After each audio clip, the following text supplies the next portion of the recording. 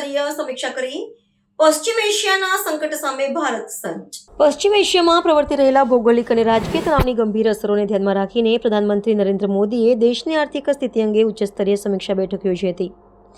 આ બેઠકમાં ખાસ કરીને ઉર્જા સંસાધનો અને જીવન જરૂરી ચીજવસ્તુના પુરવઠાને સુનિશ્ચિત કરવા માટે વ્યાપક ચર્ચા વિચારણા કરવામાં આવી હતી. પ્રધાનમંત્રી નરેન્દ્ર મોદીની અધ્યક્ષતામાં મળેલી આ મહત્વપૂર્ણ બેઠકમાં ખનિજ તેલ, કુદરતી વાયુ, વીજળી અને રાસાયણિક ખાતર જેવા પાયાના ક્ષેત્રોની વર્તમાન પરિસ્થિતિનું બારીકાઈથી નિરીક્ષણ કરવામાં આવ્યું હતું. પશ્ચિમ એશિયાના સંઘર્ષને કારણે આંતરરાષ્ટ્રીય બજારમાં ઉદ્ભવતી અસ્થિરતાની ભારતીય અર્થતંત્ર પર ન્યૂનતમ અસર થાય તે માટે પૂર્વ તૈયારીઓ પર ભાર મૂકવામાં આવ્યો હતો.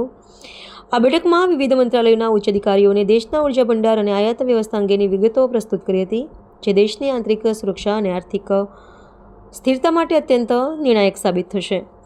વૈશ્વિક અનિશ્ચિતતાના સમયગાળામાં ભારતે પોતાના વ્યૂહાત્મક તેલ ભંડારોના મહત્તમ ઉપયોગ અને વૈકલ્પિક આયાત માર્ગો પર ધ્યાન કેન્દ્રિત કરવાનું નક્કી કર્યું છે.